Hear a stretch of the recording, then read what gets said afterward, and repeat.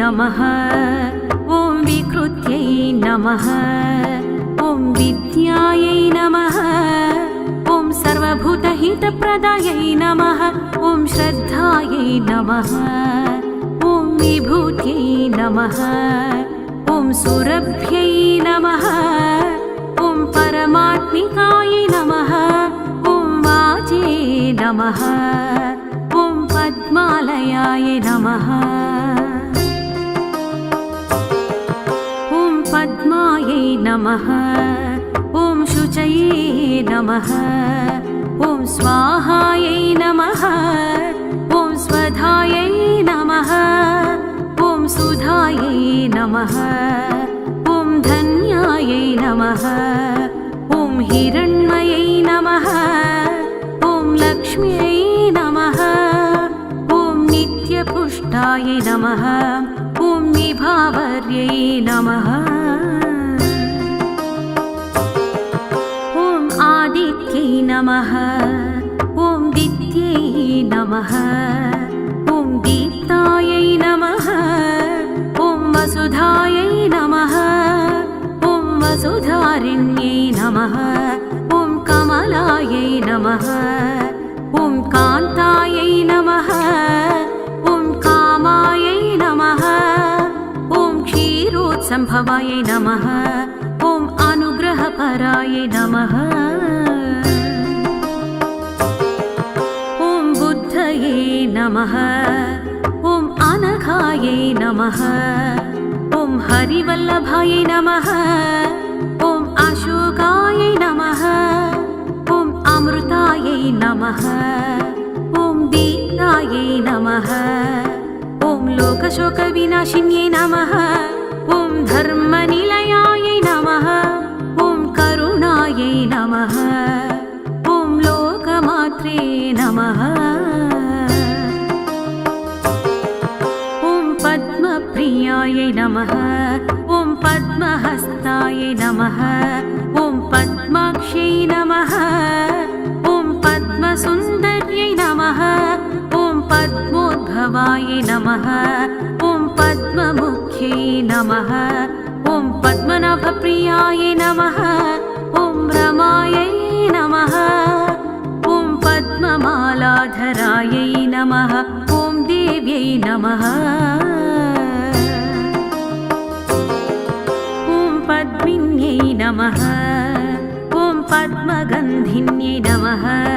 ॐ पुण्यगन्धाय नमः ॐ सुप्रसन्नाय नमः ॐ प्रसादाभिमुक्त्यै नमः ॐ प्रभायै नमः ॐ चन्द्रवदनाय नमः ॐ चन्द्रायै नमः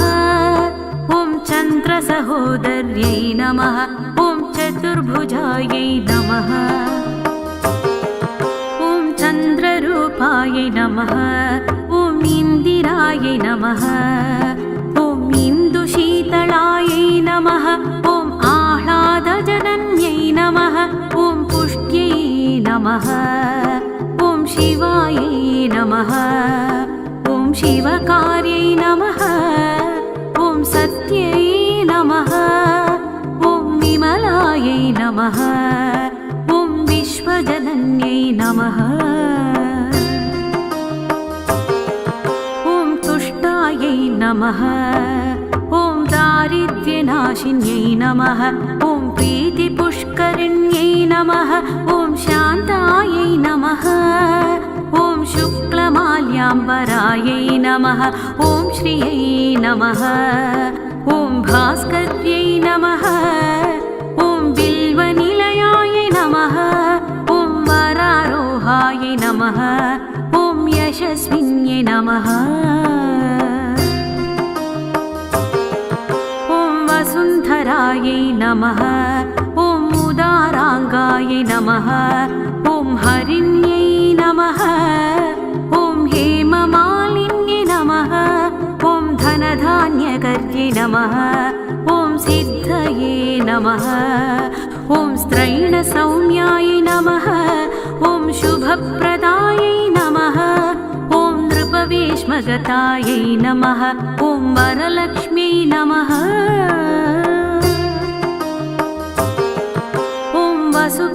शुभकरायै नमः ॐ शुभायै नमः ॐ हिरण्यप्राकारयै नमः ॐ समुद्रतनयायै नमः ॐ जयायै नमः ॐ मङ्गलायै नमः ॐ देव्यै नमः ॐ विष्णुवक्षस्थितायै नमः ॐ विष्णुपत्न्यै नमः ॐ प्रसन्नाक्ष्यै नमः ॐ नारायणसमाश्रितायै नमः ॐ दारिद्र्यध्वंसिन्यै नमः ॐ सर्वोपद्रववारिण्यै नमः ॐ नवदुर्गायै नमः ॐ महाकाल्यै नमः ॐ ब्रह्मविष्णुशिवात्मिकायै नमः ॐ त्रिकालज्ञानसम्पन्नायै नमः ॐ भुवनेश्वर्यै नमः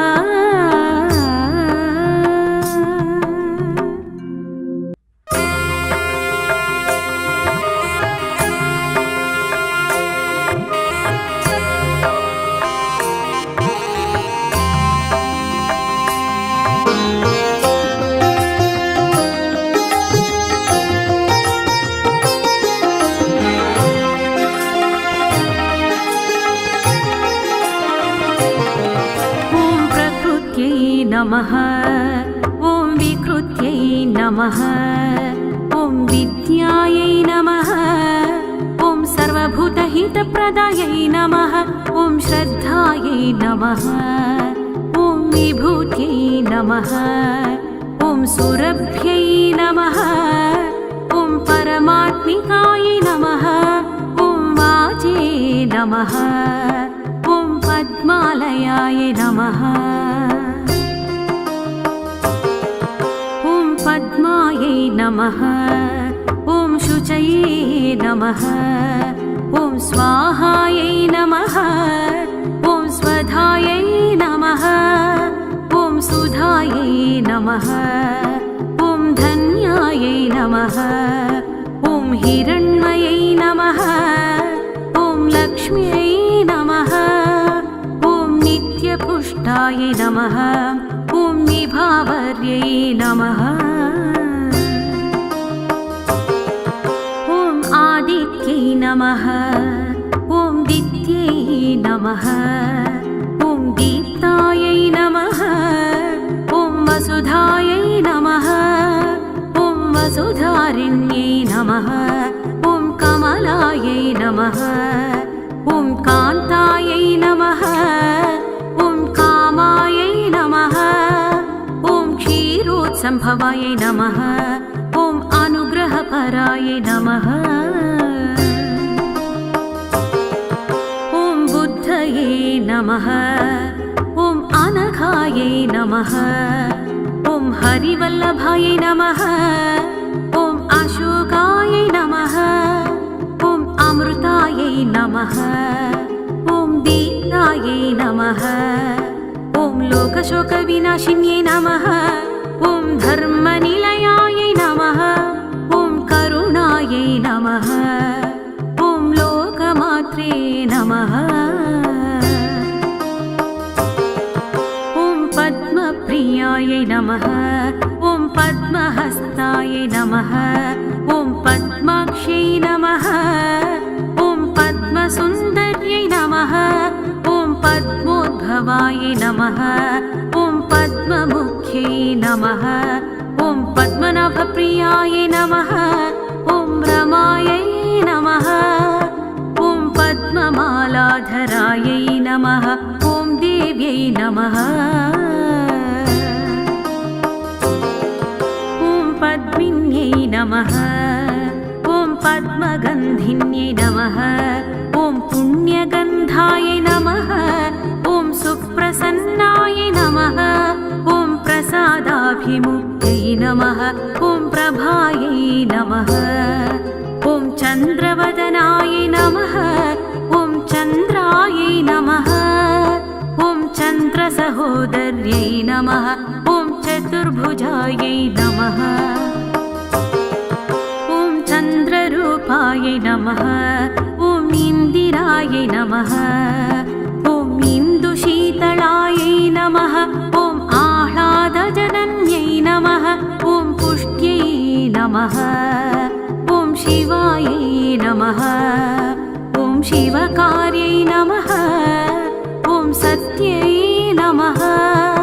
ॐ विमलायै नमः ॐ विश्वजनन्यै नमः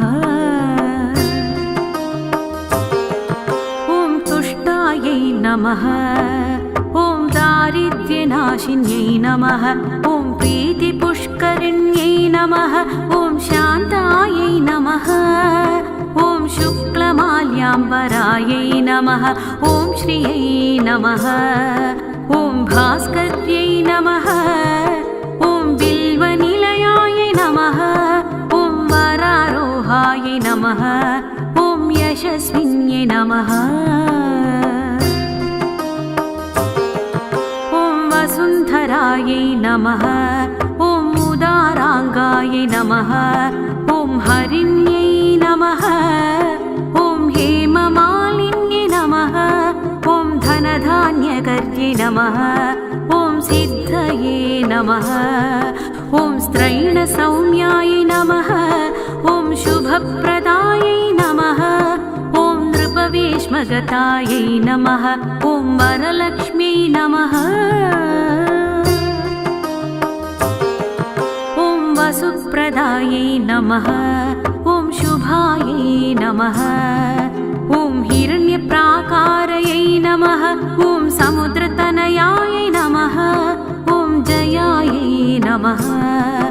ॐ मङ्गलायै नमः ॐ देव्यै नमः ॐ विष्णुवक्षस्थितायै नमः ॐ विष्णुपत्न्यै नमः ॐ प्रसन्नाक्ष्यै नमः ॐ नारायणसमाश्रितायै नमः ॐ दारिद्र्यध्वंसिन्यै नमः ॐ सर्वोपद्रववारिण्यै नमः ॐ नवदुर्गायै नमः ॐ महाकाल्यै नमः ॐ ब्रह्मविष्णुशिवात्मिकायै नमः ॐ त्रिकालज्ञानसम्पन्नायै नमः ॐ भुवनेश्वर्यै नमः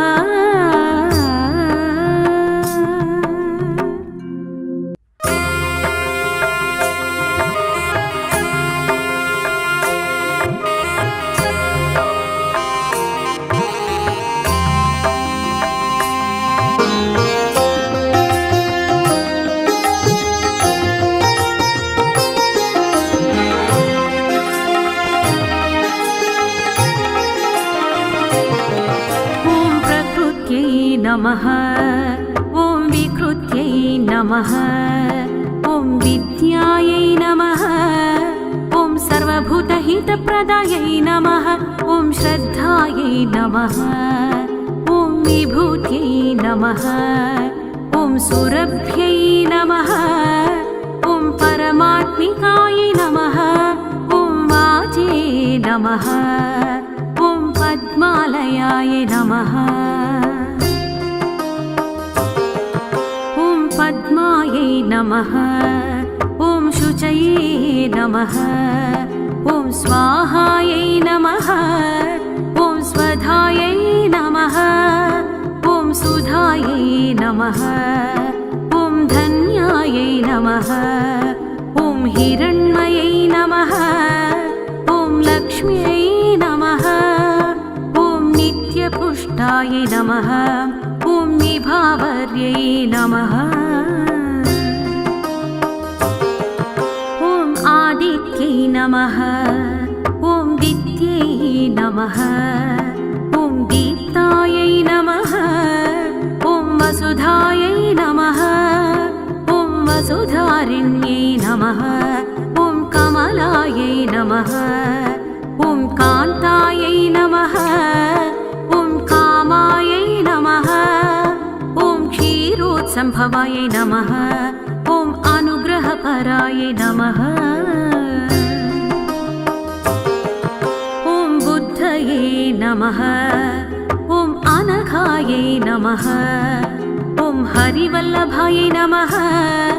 ॐ अशोकायै नमः ॐ अमृतायै नमः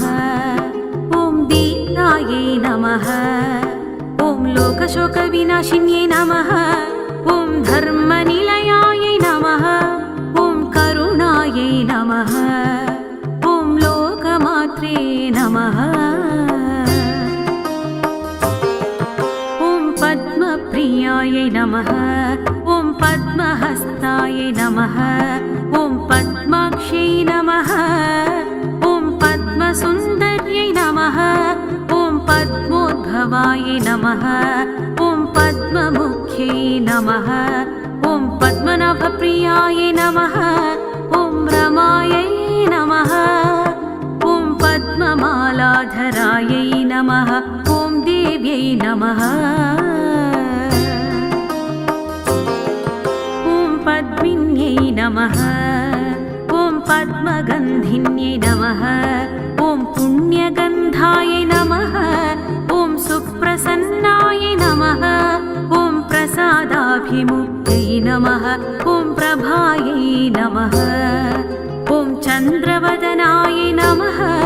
ॐ चन्द्रायै नमः ॐ चन्द्रसहोदर्यै नमः ॐ चतुर्भुजायै नमः ॐ चन्द्ररूपायै नमः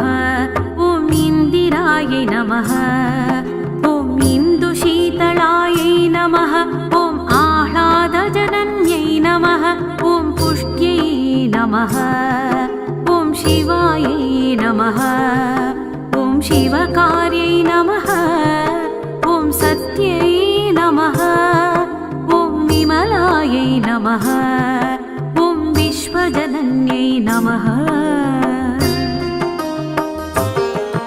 ॐ तुष्टायै नमः ॐ दारिद्र्यनाशिन्यै नमः ॐ प्रीतिपुष्करिण्यै नमः ॐ शान्तायै नमः ॐ शुक्लमाल्याम्बरायै नमः ॐ श्रियै नमः ॐ भास्कर्यै नमः ॐ बिल्वनिलयायै नमः ॐ वरारोहायै नमः ॐ यशस्विन्यै नमः ॐ वसुन्धरायै नमः ॐ उदाराङ्गायै नमः ॐ हरिण्यै नमः ॐ हेममालिन्यै नमः ॐ धनधान्यकर्यै नमः ॐ सिद्धये नमः ॐ स्त्रैणसौम्यायै नमः ॐ शुभप्रदायै नमः ॐ नृपवेश्मगतायै नमः ॐ वरलक्ष्म्यै नमः ॐ वसुप्रदायै नमः ॐ शुभायै नमः ॐ हिरण्यप्राकारयै नमः ॐ समुद्रतनयायै नमः ॐ जयायै नमः ॐ मङ्गलायै नमः ॐ देव्यै नमः ॐ विष्णुवक्षस्थितायै नमः ॐ विष्णुपत्न्यै नमः ॐ प्रसन्नाक्ष्यै नमः ॐ नारायणसमाश्रितायै नमः ॐ दारिद्र्यध्वंसिन्यै नमः ॐ सर्वोपद्रववारिण्यै नमः ॐ नवदुर्गायै नमः ॐ महाकाल्यै नमः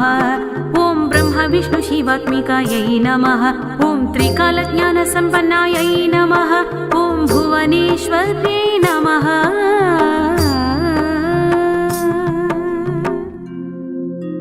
इति श्री लक्ष्म्याष्टोत्तरशतनामावली सम्पूर्णा।